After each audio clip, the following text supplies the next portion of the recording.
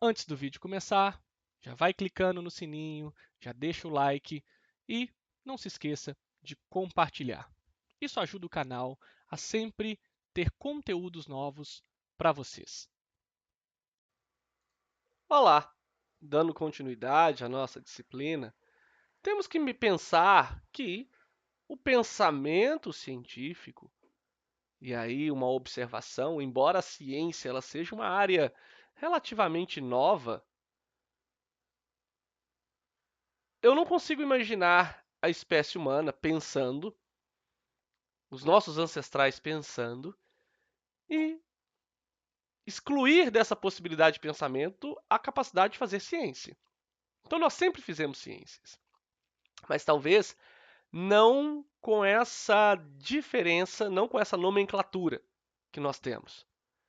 O modelo heliocentrismo, do heliocentrismo, créditos da imagem, é a imagem do modelo proposto por Nicolau Copérnico, o Sol e os planetas.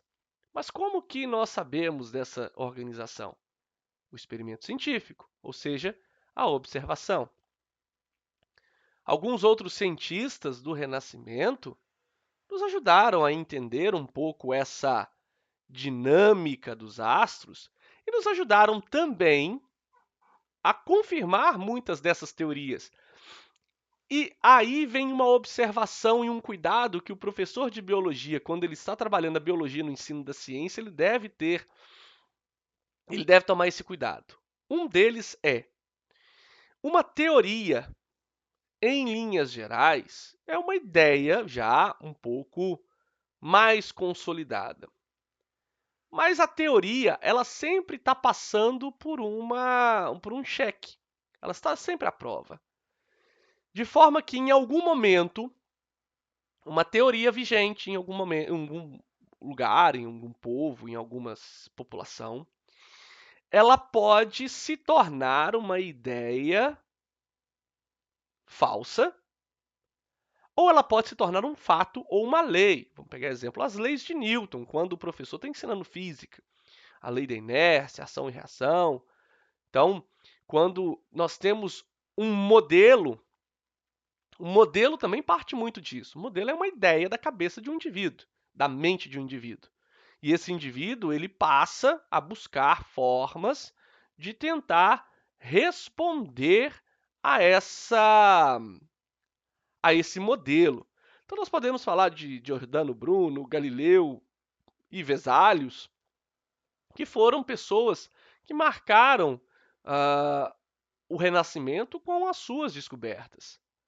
Os satélites naturais e artificiais, uma coisa interessante é que nós, desde a época desses indivíduos, Galileu, Giordano Bruno, nós sabíamos, nós que eu digo, os pensadores da época, como colocar um satélite em órbita.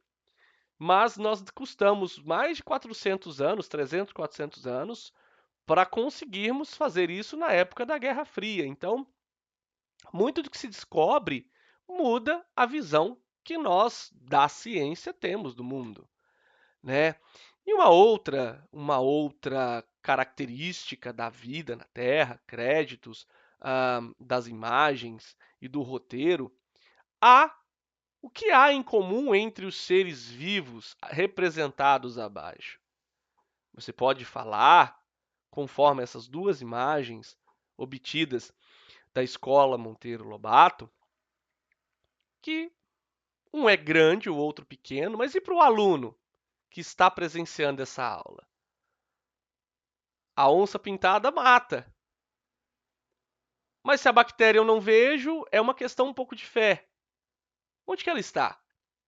Mas às vezes eu posso estar falando de uma bactéria patogênica causadora de uma doença. Então, passar para o nosso aluno esse entendimento das características da vida é importante para que nós possamos desmistificar nesse indivíduo, nesse aluno, alguns dos mitos e verdades e fazer com que esse aluno passe a entender a importância. Por exemplo, com o conhecimento adequado, por que nós temos que jogar o lixo no lixo?